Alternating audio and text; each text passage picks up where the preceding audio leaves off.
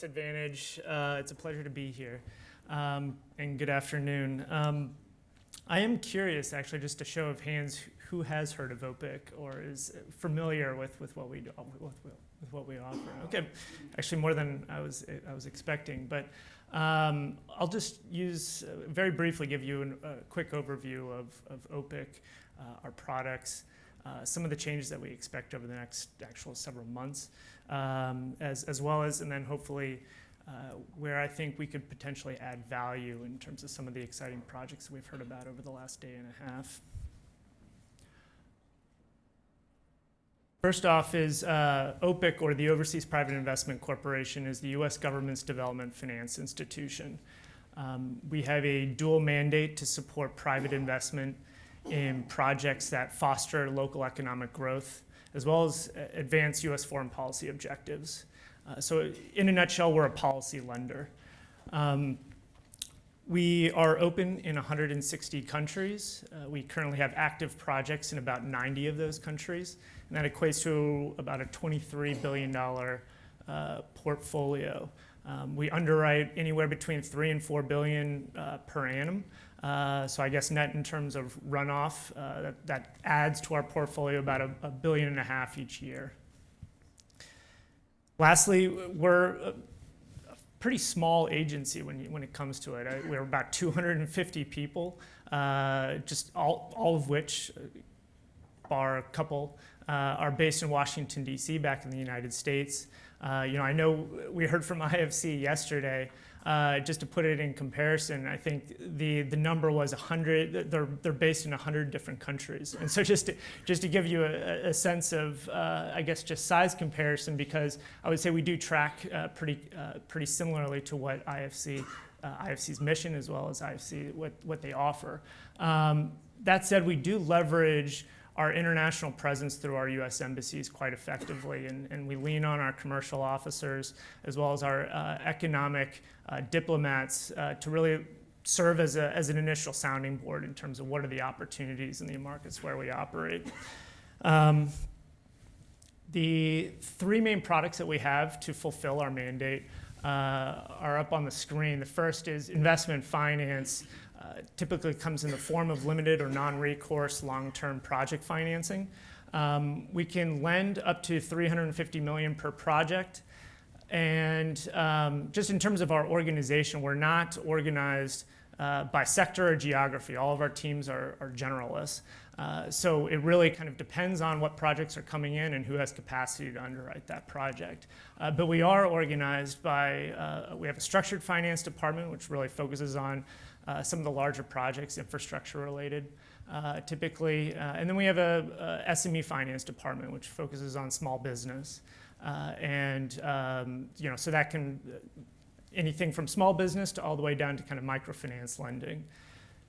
We have a political risk insurance product, which is really meant to catalyze private sector investment, the actual equity or debt coming from private sector, and it's traditional 4-point coverage. That means insurance against political violence, expropriation, inconvertibility, and breach of contract. And lastly, we have an investment funds department, which provides equity-like debt for private equity funds. And those funds are selected on a competitive process. Just quickly, on the right-hand side is really the makeup of our existing portfolio today. So you'll see that debt finance is by far our largest product, represents about 70% of our portfolio.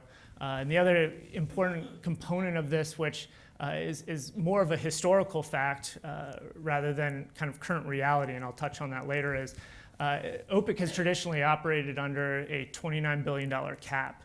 So, do the math, we have about a $23 billion portfolio, $29 billion cap. It was quickly coming to fruition that we were meeting our cap and would not be able to support new projects going forward, and that is an issue that was quickly identified and addressed in recently passed legislation, but I'll touch on that in a bit.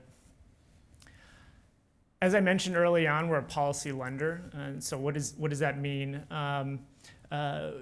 It means that we look at providing financing much like a commercial bank would do in terms of assessing the credit and sustainability of a project. That said, we also come with certain policy requirements. So that guides how we underwrite each and every project, but also for you, it provides guidance in terms of really where OPEC can be the right fit for financing.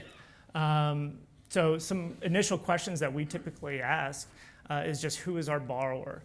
As I've kind of mentioned a couple times, we focus on really private sector investment, and that can come about in a number of different ways. And I know, a challenge, at least for us, in trying to find opportunities in markets similar to P&G is just the prevalence of SOEs. And our focus on private sector is not to preclude the involvement of SOEs. There's clearly a very positive role to be played, and we see that played out in a number of projects that we do support. That's typically either on a contractual basis, either as offtake or as gas supply in a thermal power project. We can also see that in the ownership structure. However, our next question is often just in what share. And so primarily we want to focus on is that project being developed on the balance sheet of that SOE or as a standalone entity? And further, what kind of governance structure is in place managing that asset? In terms of investment and kind of commercial sustainability, they go hand in hand. We're really looking for long-term skin in the game. That is in part just a reflection of the type of financing that we provide. Our financing can go up to 20 to 25 years, so we are long-term, very patient capital. And primarily we're interested in supporting projects that we know that fit into an overall, the overall market dynamics and will have a long-term positive impact on both local employment as well as just broader economic development. On the E&S side, we pay very close attention to the environmental and social impact of our projects, not unlike any other policy lender. In fact, we track IFC's performance standards in terms of really how we're benchmarking that impact. And lastly, we ensure that each and every project implements and enforces worker rights and safety, ensuring that the project, the work site is safe for all employees on site and respects just any types of grievances that an employee may have without fear of retribution. I mentioned earlier that there are some changes afoot. This comes from recently passed legislation. I'm going to try and spell it out. The Better Utilization of Investments Leading to Development Act. Gotta love the U.S. government's fascination with acronyms.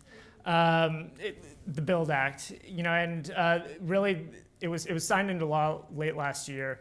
Its objective is consolidating actually the development tools within the U.S. government. And so really it brings together OPEC primarily and then a component of USAID called the Development Credit Authority, combines the two entities.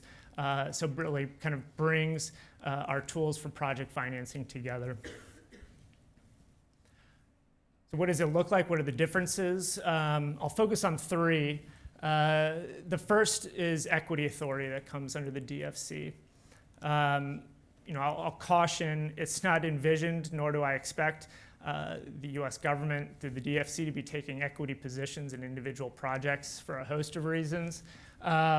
What it does do is provide us, though, the flexibility to participate throughout the capital structure. And so that just allows us to work with our clients and tailor our financing to really the needs of the project, as opposed to really how we've historically operated, which is just your traditional senior secured lender. It does come with the higher investment cap that I mentioned earlier, so it changes us from a $29 billion, you could say $29 billion balance sheet to a $60 billion entity. So that gives us roughly $30 billion in additional dry powder. And lastly, it gives us the ability to provide technical assistance and feasibility studies. So it just allows us to support projects earlier on in the development stage. The last 2 points are just, they're kind of just to say that we are, as a U.S. government agency, we are coordinated with some of our other sister agencies, most notably State Department, USAID, and USTDA. And our focus has and will continue to remain on kind of lower income countries, developing countries. This is just a quick timeline. Key point is the new DFC is supposed to be established on October 1 this year, and we're tracking on schedule, so that's just in a couple months' time. It's not going to be a binary switch, OPEC one day, DFC the next. In fact, things have already been rolling out. We had our first board meeting back in June. The folks coming over from USAID, about 30 or 40 people, have already come over to OPEC and are being integrated into the new organization. So with that, just conclude. Thank you for your time. Thank you for listening late in the day. And hopefully we can carry it on through the conversation. Thank you.